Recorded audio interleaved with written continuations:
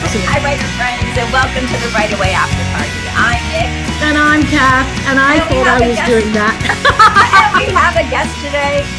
Before we start with our guest, if you like what you see and you love what you hear, please share it with others. And please like and subscribe to our channel. Okay, Cath is going to introduce our guest today.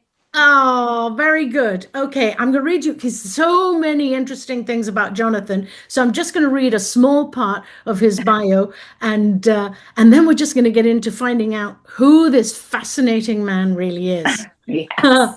He says he currently lives in South Florida with his super supportive family, a dog, a turtle, and lots of fish. Now, I want to go. He's fishing for fishing down in a canal, or is it fish that, Nemo in a tank? Anyway, we'll find out. His 3 kids support and critique his work and tell him what he's supposed to be working on next. I love this, and I have so many questions about that. So if you want me to, he says, if you want me to be writing something in particular, speak to them in his spare time. It's not serious. He has no spare time. I'm thinking with all the books he writes and has written, plus the kids, plus the turtle, plus the dog, difficult. He writes books. He's a freelancer. He co-hosts 2 successful YouTube shows. Pop Culture Retro. Now, I want to know how far back the retro goes. And then another one, which is Comics and Pop. I'm going to tell my son about that one. And lastly, every so often, he likes to travel, mess around with the past. So if he accidentally changed anything in your life, he apologizes. Ladies and gentlemen, Jonathan Rosen is with us at the Right Away After Party. Welcome. Well, thank you. Thank you for having me. This shows how long I've not updated my website, because I do have 2 podcasts, but one is I don't do comics and pop anymore. Oh, shoot. A couple of years. I do the Jewish lens, though. I do that based on a lot of just Jewish, getting Jewish voices out there. So okay, that's the second one. All right, so let's talk about my son's favorite book of yours, because I just want to jump into that one first. Is Cuddle Bunnies. Oh my gosh. And then Sunset to Sunrise. Both of them are so fabulous, so hilarious. So I know that you love to write funny, and you are so funny. And so I was talking to someone recently about having you on, and he wants to know, do you write intentionally funny, or we know you're funny, but do you write intentionally to be funny, or is it just your personality that comes across? I think a lot of it is personality. I think humor, certain aspects of humor can be taught, but I always feel like you're either funny or you're not. That's one of the things. But yeah, I've said this when I've done talks to people, I've done humor workshops. I put a lot of time into trying to craft the wording of something, the way something should sound. And before I even post, super Facebook posts, spend a lot of time. Does it sound better this way? Does it sound better that way? So yeah, I do spend a lot of time. I practice it a lot and try to make it sound funny. Oh, it sounds funny if you use this word. It sounds funny if you use this phrase. But yeah, I definitely do put a lot of time into it. I know. Go ahead, Cath. Go ahead. How old are your kids? Who? Well, my kids. That's another thing with the website. I only have really one kid in the house. One's in college. One's married now. So it's darn it! You've lost your team. I know, but they still don't worry. Though she's married, she still calls to critique me. So that's great. That's God bless her. Yes. It made me so happy to hear you say that you did this and that you kind of still do it. I remember sitting at the table with my 2 grandsons, who are now 16 and 13, but this was a couple of years ago, and I was discussing one of my books with them, and I said, I need your input. I have these 3 possible scenarios. I've got to get rid of somebody. I've got to kill somebody. Should it be this one? And they knew the story, this one or this one. And so we got into this great, and I think it's fabulous. And in the end, they chose the one that, it was hard. Oh, it was so hard to kill off. That's good that you have that. That's good that you have someone to bounce off of. Yeah, mine are not shy about telling me what they don't like. That's awesome. I love that. That you know what that shows that you have a true grit in you too, though. You can take it from your kids because it's hard to take it from them. Well, I go off to the bathroom and curl in the fetal position and cry for a little bit, but then I say, okay, I'll listen to what they say. Stop it. Stop off to the bathroom and cry your eyes out. I love that. Okay, so question to you, Jonathan. Yes. So process. Let's talk about process for a second. So when you're about to start a story or get into a story, do you have a ritual that you do, or is every book different, or do you have an actual space that you like to write in? What is your process like? First, I have like, I could say catalogs because it's kind of true. I always jot down like ideas. It's always like just a couple of sentence ideas, and then I go back to them later on and see which one I want to write next. You know, which one sparks something in me that wants. This would be a cool concept when I write it.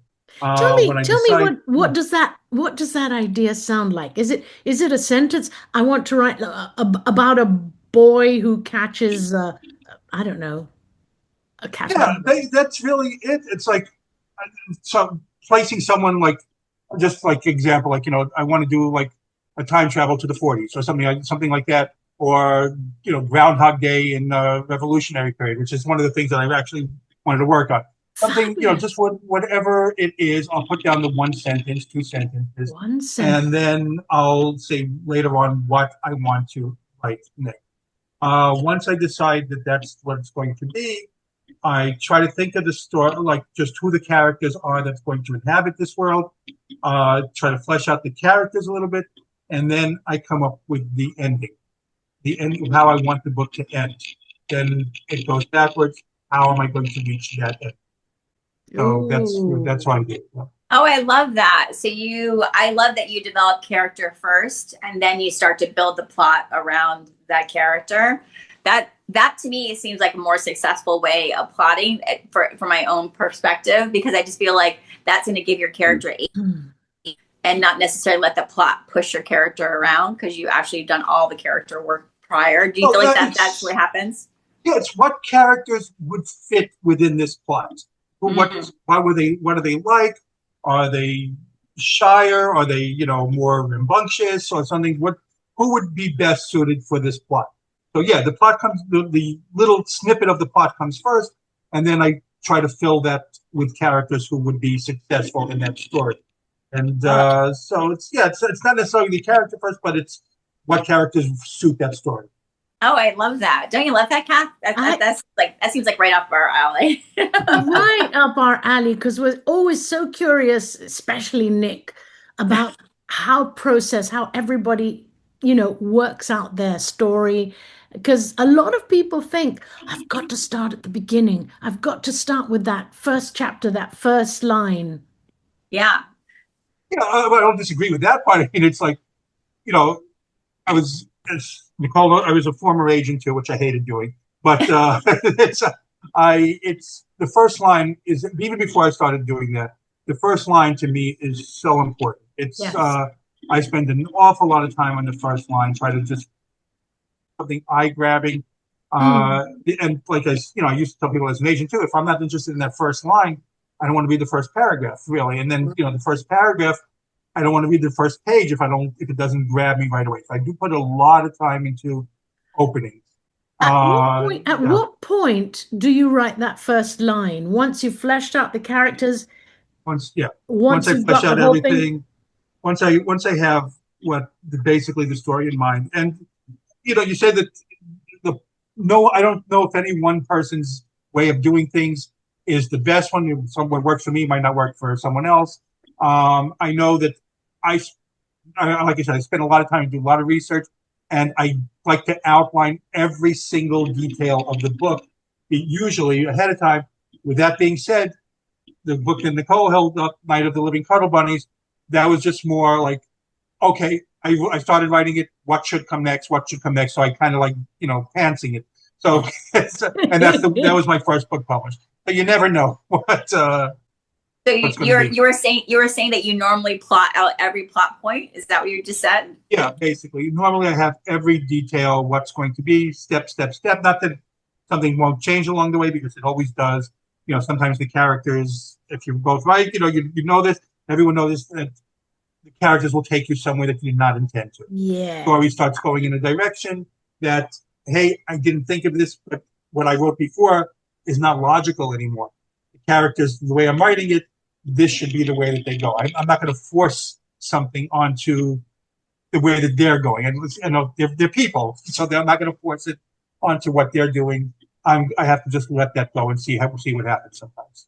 I love that. So your outline's not rigid; it has some movability to it. It's flexibility, yes. Yeah, I love that. I love that, and I love that you have a bunch of ideas and you keep them all like. Do you keep them kind of organized, or do they just kind of like, are they on paper? Well, it's on paper. It's on. I have files like, you know, just that's basically my file. It says story ideas, and so it's like bullet points of all the ideas, and then the ones that grab me on the sheet, you'll see them fleshed out a little bit more. I'll put a little bit more on there instead of the 1-2 sentences.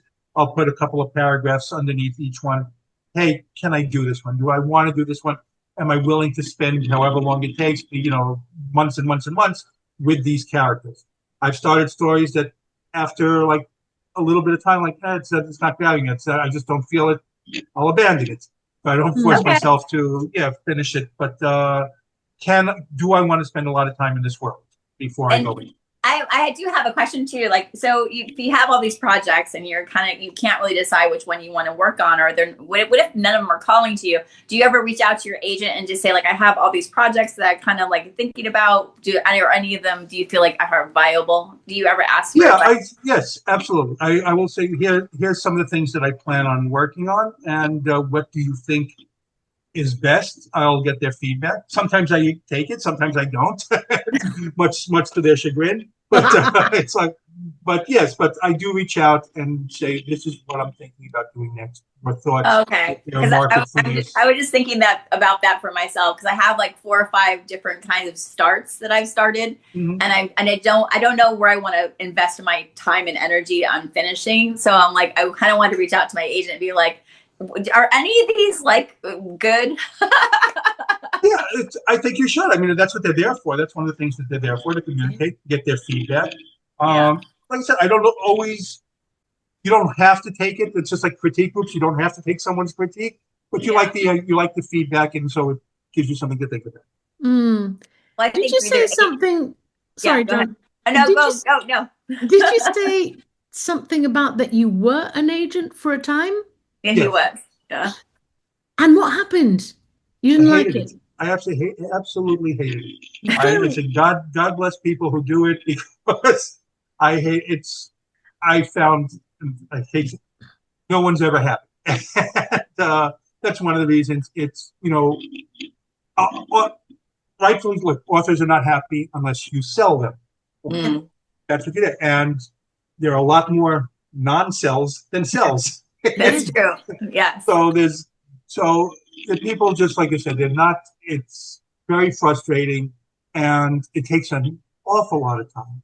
You're researching all your clients, where the market, and that affected me, my own writing. It's sure. There's no time to write if I'm constantly worried about, my authors. Exactly. So, we kind of got to the end of the line with this, but I would be really interested if I don't know how much time you have, Jonathan, but I think our writers who follow us would be really interested to hear this side of the conversation, what the life of an agent is like, and what we need to know as authors when we come to them with our half-baked manuscript sometimes. Look, I always say, like, with my own agents, I don't contact them a lot. Okay. I don't want to, because it's like, I don't want to be annoying, and I know how I felt with the authors that reached out, and this is even before I was an agent. I don't contact a lot. This one, something I need, like, there too. Okay. The ones that reached out always are the ones, I felt like, I don't want to be a handholder constantly. Yeah. So Jonathan, what we're asking is, would you come back for part 2, another 10 minutes with us? Would you? Absolutely. No problem. So we're going to go ahead and close out this session. This was part 1 with Jonathan Rosen, and I am Nic. And I'm Cath. And we will be back with part 2. All right. Love you, friends.